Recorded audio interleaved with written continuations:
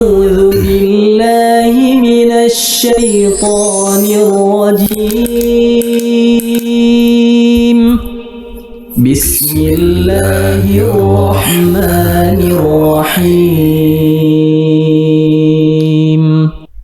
Assalamualaikum warahmatullahi wabarakatuh. Alhamdulillahilladzi an'amana bi ni'matil iman wal islam wa nusalli wa nusallimu ala khairil anam sayyidina Muhammad wa ala alihi wa sahbihi ajma'in. Amma ba'du. Sahabat yang kami muliakan,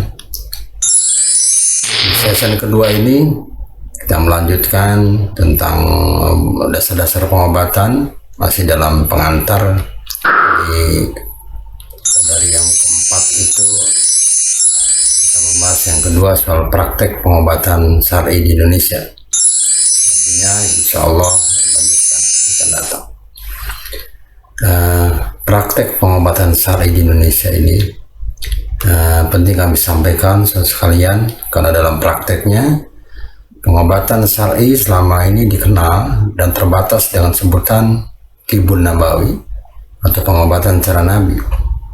Tibun Nabawi ini mulai dikenal di Indonesia sejak sepengetahuan saya sejak tahun 2000 ya. 23 tahun yang lalu mulai dikenal dengan hijamah, bekam. Perkembangannya dinilai lambat, kebanyakan masyarakat saat ini belum banyak mengenal ilmu dan praktek Tibun Nabawi. Bagi kalau diperluas dengan sebutan pengobatan syar'i, padahal itu adalah ajaran Islam, praktek kehidupan keseharian Nabi, bahkan populer di Timur Tengah pada dasawarsa tahun 1300-an Masehi. Ibnu Qayyim al-Jauziyah yang wafat 23 September 1350 Masehi menyusun kitab yang sangat populer, antara lain Ad-Dawa Dawa, penyakit dan obatnya, dan kitab At-Tibun Nabawi. Yang kedua, masyarakat umumnya mengenal Tibun Nabawi dengan bekam, padahal bekam hanya salah satu saja dari jenis pengobatan dalam Tibun Nabawi. Kalau saya menyebutnya pengobatan secara syar'i, bahkan lebih dari 150 cara ya di dalam Islam. Padahal masyarakat sungguhnya telah mempraktekkan Tibun Nabawi ini sejak zaman Nabi, bahkan sejak Nabi Adam sampai kini. Misalnya terapi ruqyah, sholat, sedekah, puasa, makan dan minuman tertentu, bersiwak, memelihara jenggot dan sebagainya. Dari pengalaman ini saya melihat seolah-olah ada pertentangan antara pemisahan pengobatan cara Nabi, Tibun Nabawi, dengan praktek pengobatan lainnya, terutama pengobatan cara medis modern atau cara-cara tradisional dan klasik lainnya. Seolah-olah yang benar atau yang diislami adalah Tibun Nabawi, lainnya tidak. Padahal sesungguhnya cara selain yang disebut Tibun Nabawi belum tentu keluar dari syariat Islam.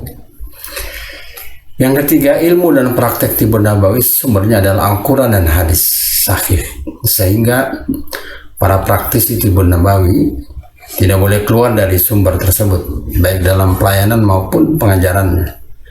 Faktor inilah yang membuat para praktisi berhati-hati dalam menyebarluaskannya. Sementara orang-orang yang berilmu dan berpengalaman di bidang Tibun Nabawi ini tidak banyak. Yang keempat, pemerintah belum sepenuhnya mendukung dan belum memberikan kemudahan bagi berkembangnya Tibun Nabawi. Tidak mudah untuk bisa memperoleh izin praktek bekam misalnya, padahal bekam hanya salah satu saja praktek Tibun Nabawi.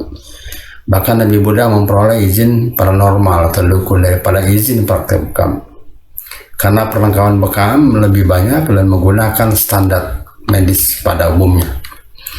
Yang kelima, pembelajaran dan praktek pelayanan Tibun Nabawi di media sosial, terutama YouTube, dan pelatihan yang diselenggarakan belum marak dan diselenggarakan secara sistematis terstruktur, dan itu pun kebanyakan hanya bekam saja. Yang keenam, kewajiban salat misalnya, yang kebanyakan umat belum memahami dan memanfaatkannya dalam konteks pengobatan secara syar'i.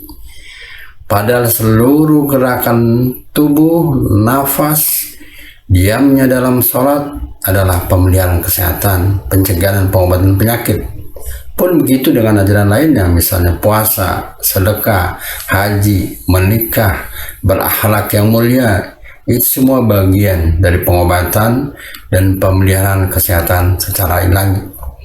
Ya, berdasarkan landasan dan pemikiran tersebut, dengan segala keterbatasan ilmu dan pengalaman sebagai seorang muslim, orang beriman, tentu kita semua berkewajiban mempelajarinya, mempraktekannya, dan menyebarluaskan.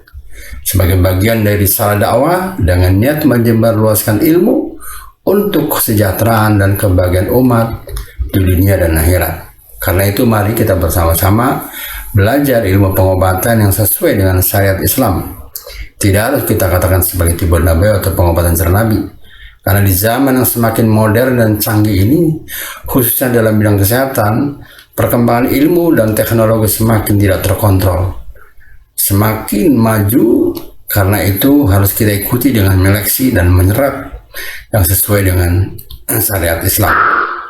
Demikian sekalian, kita bertemu kembali di sesi berikutnya. Billahi taufiq wal hidayah. Assalamualaikum warahmatullahi wabarakatuh.